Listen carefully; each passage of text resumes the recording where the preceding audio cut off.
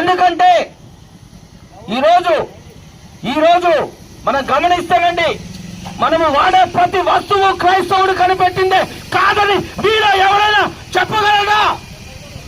చెప్పలేరు. మీరు సైకిల్ తొక్కే సైకిల్ గాని, బండి గాని, బస్సు గాని, రైలు గాని, విమానం గాని, మీరు వాడుతున్న సెల్ ఫోన్ గాని, మీరు వాడుతున్న ఏసీ గాని, మరి ఏదైనా గాని క్రైస్తవుడు ఈ లోకానికి బహుమానంగా ఇచ్చేశారండి. క్రైస్తవుల వల్ల ఈ లోకానికి మంచే జరిగింది కానీ చెడేం జరిగింది చెప్పండి?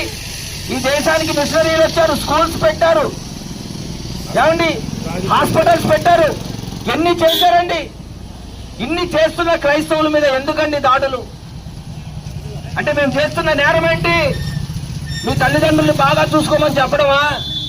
ఏడో చర్చి పెట్టారనుకోండి మీ లొకాలిటీలోనే, త్రాగుబోతులు మారుతున్నారు, తిరుగుబోతులు మారుతున్నారు, తిట్టుబోతులు మారుతున్నారు.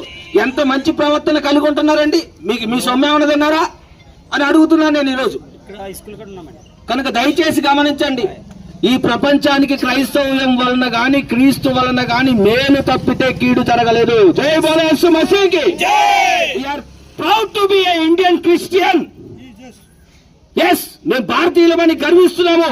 At the same time Yesu ప్రభువే నిజమైన దేవుడని ప్రకటిస్తున్నాము. కనుక దయచేసి ఈ యొక్క ప్రేమతో కూడినటువంటి ర్యాలీ అండి. ఎక్కడా కూడానండి, ఏమండి ప్రవీణ్ పగడాల గారు చనిపోయారు రాజమండ్రిలో, ఒక్క బస్సు అద్దాలు పగలలేదండి. పగిలినాయండి. ఇంకా దీని ద్వారా ప్రపంచానికి చెప్తున్నాను, క్రైస్తవుల కన్నా మంచి వారు ఎవరైనా ఉంటే చెప్పండి, వాళ్ళ కాళ్ళ కింద దొరుకుతాను. ఒక చిన్న గొడవ జరిగితే ఆ చుట్టుపక్కల రచ్చ అయిపోతుందండి.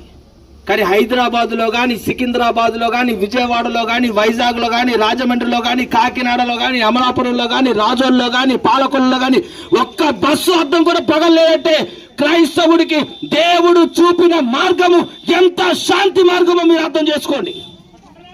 కనుక ఇక్కడి నుంచి మేము చెప్తున్నాము, క్రైస్తవులుగా చెప్తున్నాము.